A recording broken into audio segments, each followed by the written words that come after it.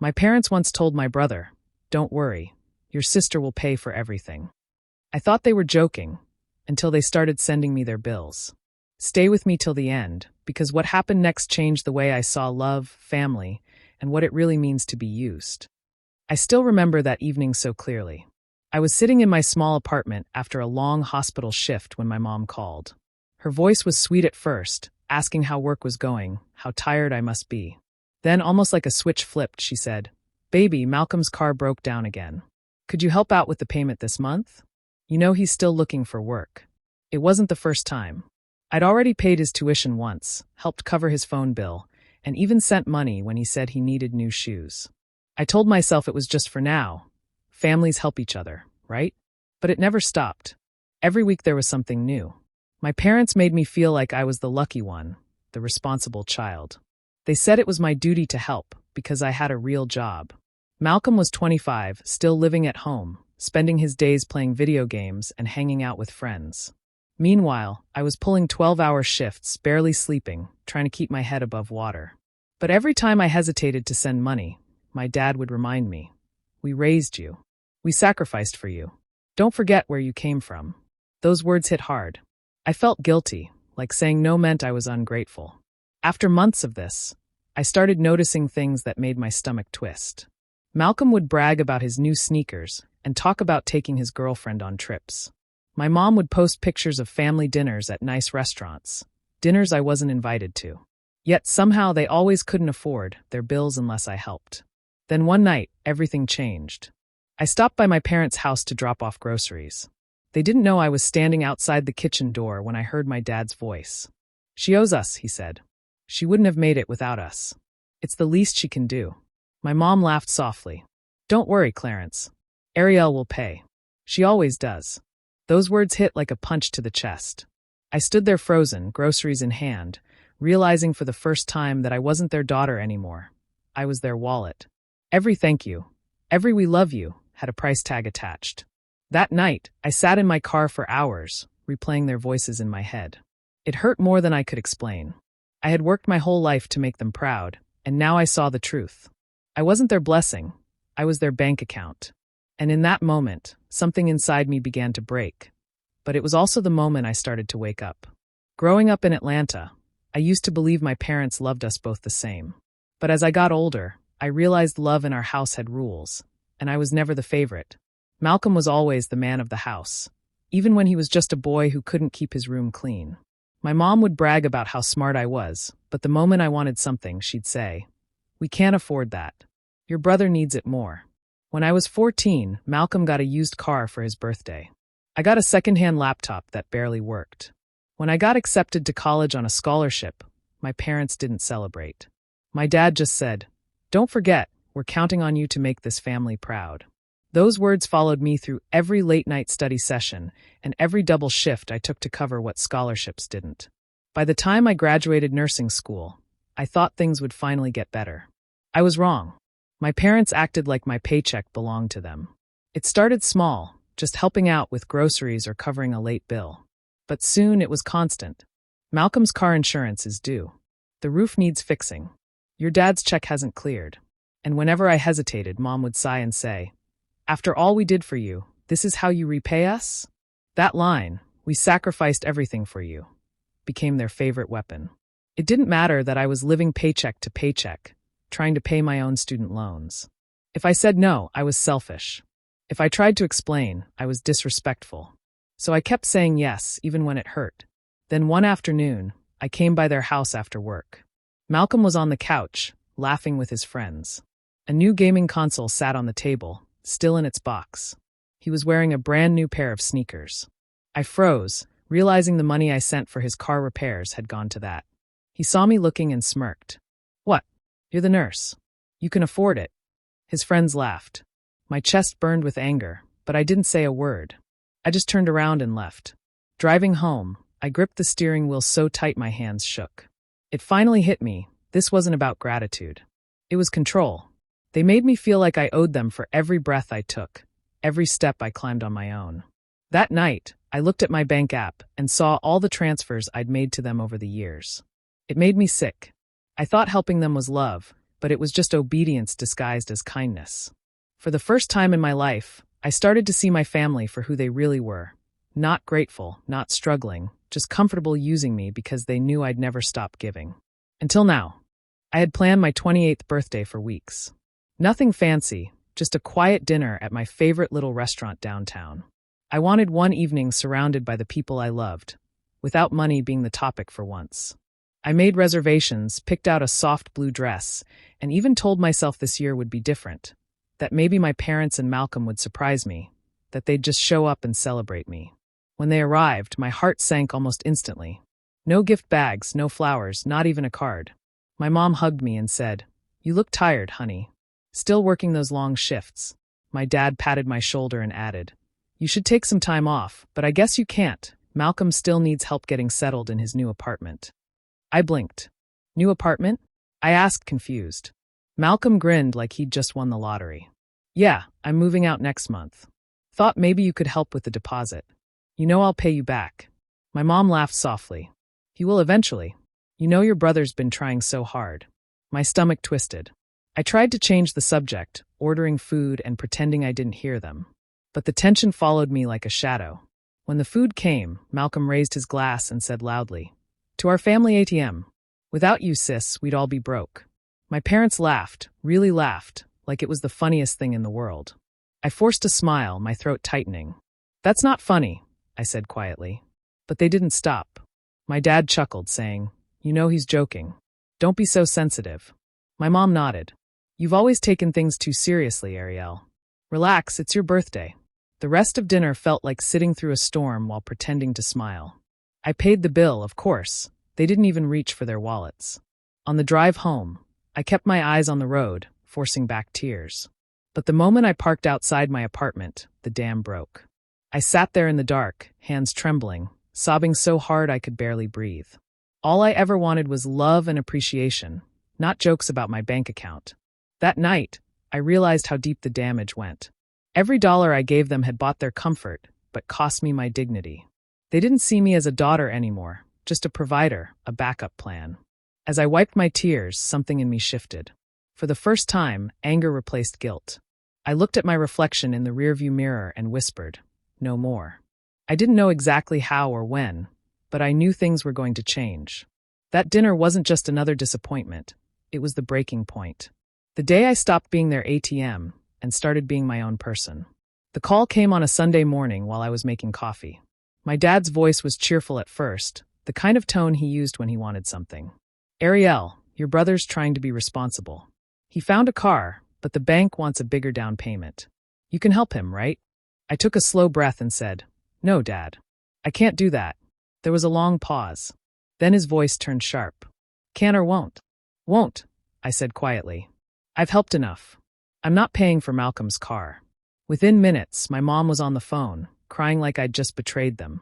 "After everything we've done for you," she said between sobs, "you can't even help your own brother? He's trying, Ariel. You're being cruel." I stood there in my kitchen, staring at the floor, my heart pounding. For the first time, I didn't give in. "I'm sorry, Mom," I said, my voice shaking. "But I'm done." Then I hung up. That one word, "No," set off a storm. Malcolm called me later that night, yelling that I was ungrateful, that I wouldn't have anything if it weren't for our parents. He even called me selfish, which almost made me laugh. Selfish? After years of paying their bills and bailing him out? Then came the silence. Days turned into weeks without a single message, no calls, no visits. At first, it hurt. I kept checking my phone like some part of me still wanted their approval. But slowly, the quiet started to feel good. Peaceful, even. For once, my money stayed in my own account, and my mind felt lighter. Just when I started to breathe again, a letter arrived in the mail. It was from my parents' mortgage company. Late payment notice. My stomach dropped. A few hours later, my mom showed up at my apartment, tears streaming down her face. "They're going to take the house, baby," she cried. "We could lose everything. Please, you have to help us. Just this once." Hearing her like that almost broke me. All those childhood memories rushed back. Her packing my lunch before school, sitting by my bed when I was sick. I wanted to believe she needed me out of love, not convenience. I almost reached for my checkbook.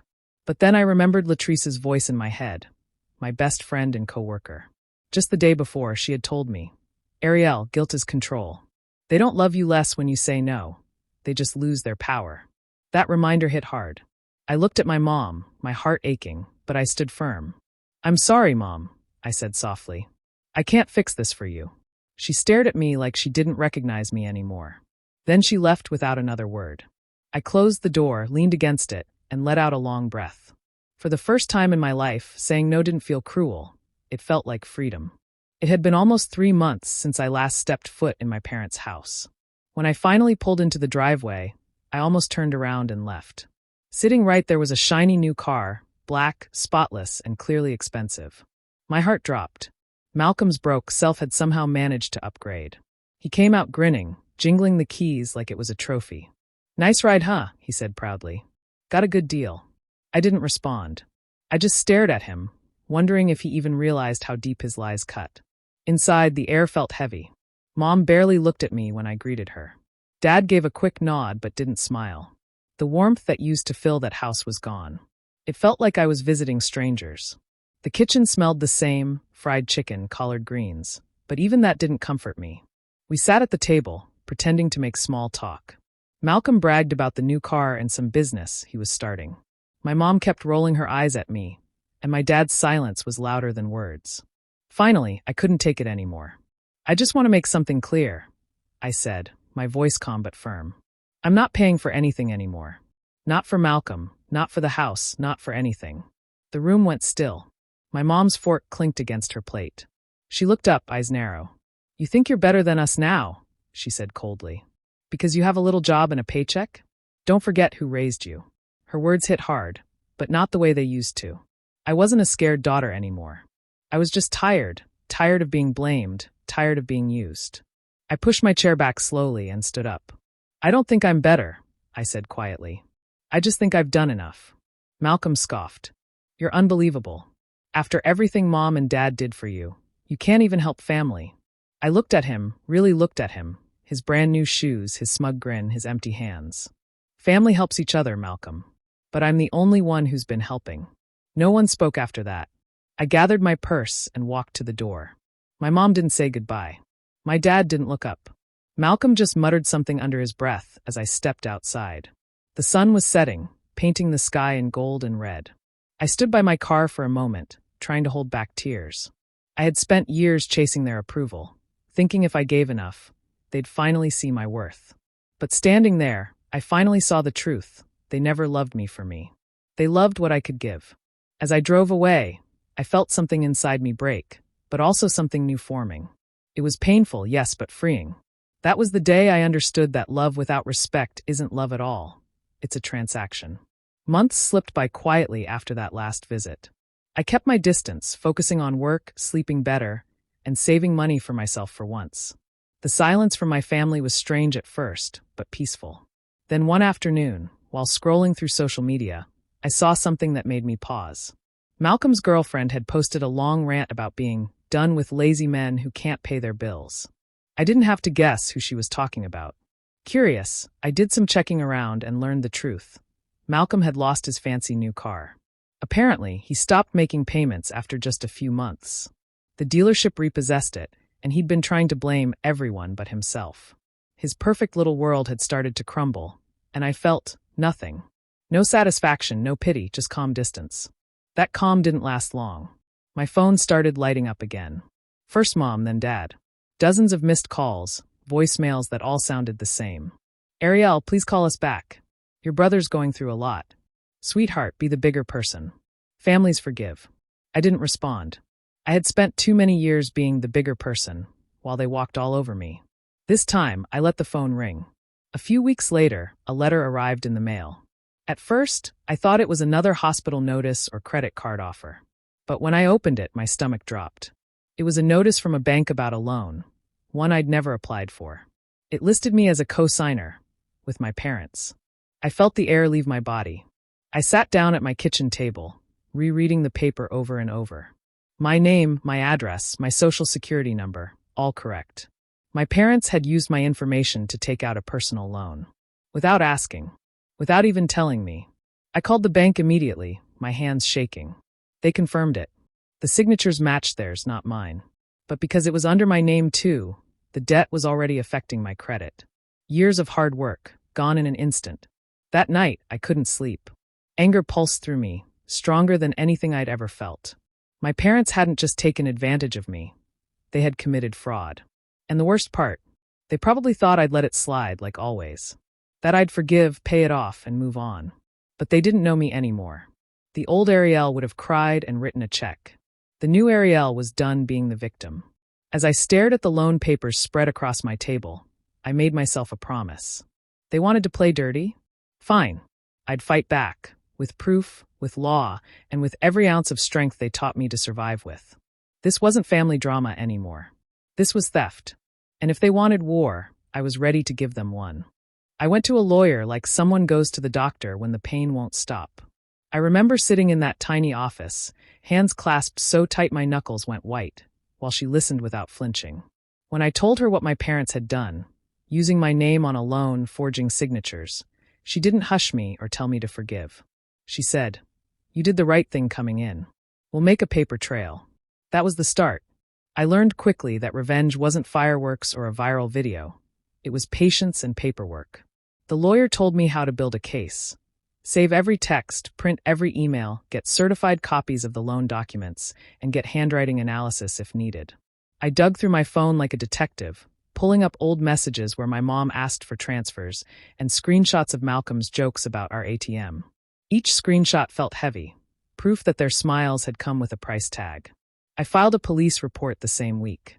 Sitting across from the detective, I felt small and oddly powerful. He typed my statement, asked me to point out the forged signatures, and told me they'd open an investigation. It wasn't instant justice. There's no boxing bell in legal fights. But it was a promise that someone official now knew what happened. Then I started cleaning house, to protect myself. I closed old accounts and moved my money to new banks. I changed passwords on everything, updated my address, and set up alerts for any new activity under my name. I called the credit bureaus, froze my credit, and put fraud alerts in place. It felt invasive, like building a fortress around my life, but it was necessary. I even replaced my driver's license and got a P.O. box so surprise visitors would find nothing at my door. I blocked numbers and social media profiles. The silence that followed was louder than any argument. No more late-night guilt calls. No tearful voicemails. At first, the quiet stung. Then, slowly, it soothed something inside me. They still thought I was the same easy target, probably whispering to each other about how I'd forgive and forget. Let them think that. It worked in my favor. But I didn't stop at protection. I planned moves that would hurt in a way money couldn't buy. Not public humiliation. There's nothing satisfying about breaking someone in front of strangers. But withdrawal. I would become unavailable in all the ways that mattered. No more emergency bailouts. No more family meetings where my guilt was the currency. I'd watch them scramble without my safety net, and I'd keep my conscience clean. Revenge, I decided, would not come from anger but from absence. I would let them live with the consequences of their choices and taste the emptiness of a daughter who finally chose herself. I wasn't plotting spiteful scenes or dramatic reveals. I was building a slow, steady end to the transaction they called family. And when the dust settled, I wanted to be there, not to gloat, but to know I had the life I'd earned without paying for the love they sold. It had been months since I'd heard their voices, months of peace that felt almost strange after years of chaos. I had moved into a smaller apartment, started therapy, and learned how to breathe without guilt. Work became my safe place, busy shifts, bright lights, and people who needed me for my care, not my wallet. But that calm ended one Friday morning in the hospital lobby. I was heading to grab coffee before rounds when I saw them. My parents. And right behind them, Malcolm. My chest tightened. They looked nothing like the confident, demanding people I remembered. My mom's eyes were puffy, my dad's clothes wrinkled, and Malcolm's shoulders slumped like a boy who'd lost everything. For a moment, I just stood there frozen. "Ariel," my mom called out, her voice desperate. "Thank God we found you." I could feel eyes turning toward us, co-workers, patients, nurses. I forced myself to stay calm. "What are you doing here?" I asked quietly. Dad stepped forward, trying to keep his voice steady. "We need your help, baby. The house is being taken. The bank, they're foreclosing. We're going to lose it." Malcolm jumped in, his tone defensive, not humble. "They messed up my credit too. They said it's connected to that loan, And now I can't get another car or even rent a place. You gotta fix this. That word, fix, hit me like a slap. It was always the same. No matter how bad things got, I was supposed to clean up their mess. My mom grabbed my hand, tears spilling down her face. Please, Ariel. You've always been the responsible one. We just need you to cover the payments until we get back on our feet. I looked down at her trembling hands and felt something shift inside me. The guilt that used to drown me wasn't there anymore. Just exhaustion. Behind her, Malcolm stood with crossed arms, not even ashamed. He actually rolled his eyes as if I was the one being difficult. Something inside me finally snapped, not in anger but in clarity. I looked at all three of them, and my voice came out steadier than I expected. I'm not your ATM, I said, my words echoing in the quiet lobby. You broke me, and now you get to live without me. My mom froze. My dad's mouth opened, but no words came out. Malcolm muttered something under his breath, but I didn't listen. I turned and walked away. My hands were shaking, and my heart pounded so hard I could feel it in my throat. But I didn't look back. As I pushed through the hospital doors, a rush of cold air hit my face. For the first time in years, I wasn't carrying their weight. I was trembling, yes, but I was free. They could lose the house, the cars, the image. I didn't owe them another cent. My peace was finally mine, and this time, no one could take it. After that day in the hospital lobby, I didn't answer another call. I didn't text, didn't check their social media, didn't even ask mutual friends how they were doing. I let the silence grow like a wall between us, strong and unmoving. It wasn't easy at first. Some nights, I'd pick up my phone out of habit, my thumb hovering over my mom's number. But I'd stop myself, reminding my heart that peace comes with distance. I moved into a small house on the edge of town, nothing fancy, just quiet. For the first time in years, everything inside belonged to me. Every lamp, every plate, every moment of peace. I planted flowers in the backyard, something I never had time for before, and learned how to enjoy mornings without chaos. Therapy became my lifeline. I sat in that soft chair every week and unpacked years of guilt I didn't even know I carried. My therapist told me something that stuck. Sometimes, silence is the loudest boundary you can set. Rebuilding my credit was slow but steady. I paid off what I could, disputed what I didn't know, and watched as my score slowly climbed back up. Each number felt like a piece of my life being returned. I didn't need apologies anymore. I needed accountability, and that was something they'd never give. Months later, a neighbor from my old street saw me at the grocery store. She smiled sadly and said, "Your folks moved in with Marlene's sister. House got taken, I think. Hard times for them." I nodded politely, feeling nothing. Not anger. Not pity. Just calm. She went on, "Malcolm's working now, something at a warehouse. Long hours, low pay. Guess he finally had to stand on his own 2 feet." I thanked her for telling me and walked away before she could say more. In the parking lot, I sat in my car for a while, letting the reality sink in. For so long, I thought I needed to fight them, to make them understand what they did. But sitting there, I realized they were already living the lesson. Losing me meant losing the comfort they built their lives on. And I didn't have to lift a finger. Silence had done what confrontation never could. It stripped away the excuses and left them to face themselves. I didn't need revenge anymore. Watching them experience life without my support was enough. Every now and then, I still think about the girl I used to be. The one who begged for love, who thought giving money was the same as being valued. I wish I could tell her that freedom doesn't come from fixing people. It comes from walking away and letting the noise fade. Now my silence isn't empty. It's full of peace, strength, and everything they once tried to take from me. They taught me that love can be cruel. But in the quiet that followed, I learned something better. Peace can be louder than payback. The morning air felt cool against my skin as I sat on my porch, a warm mug of coffee in my hands. The sun had just started to rise, painting the sky in soft pinks and golds. It was quiet, no phone buzzing, no guilt waiting on the other end of a call. Just me, the sound of birds, and the steady rhythm of my own breathing. For the first time in years, I didn't feel like I owed anyone anything. That old phrase drifted through my mind again. My father's voice, casual and sure, saying, "Don't worry, your sister will pay for everything." Back then it stung. I thought they meant it as a joke, a playful nudge about me being responsible.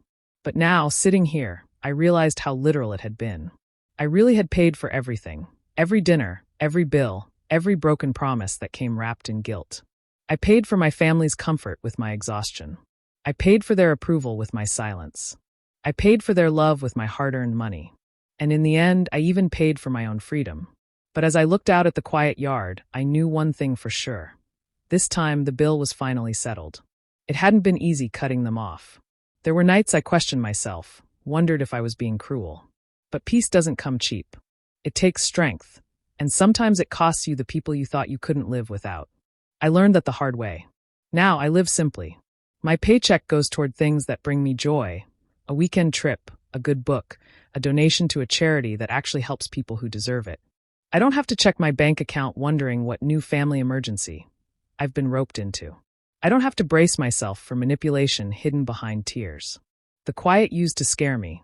Now it feels like home. Sometimes, when I drive past my old neighborhood, I feel a small ache of what could have been. If love had been real, if respect had gone both ways. But then I remind myself, not all family is built on blood. Some are built on peace, honesty, and self-respect. I've found that in the people I work with, in friends who show up because they want to, not because they need something. I take another sip of my coffee, the warmth settling deep in my chest. I think about everything I lost and everything I gained. My parents and brother took my trust, my money, and years of my peace. But what they didn't realize is that every time they took from me, they were also teaching me what I would never allow again. I smile softly to myself, watching the light spread across the lawn. You can't put a price on peace. But trust me, sooner or later, everyone pays for what they took. Do you think Ariel made the right choice by cutting ties and choosing peace over family? Or should she have given them another chance? Share your thoughts in the comments below. I'd really love to hear what you think. And if stories like this move you, don't forget to hit subscribe and turn on the notification bell so you never miss the next one.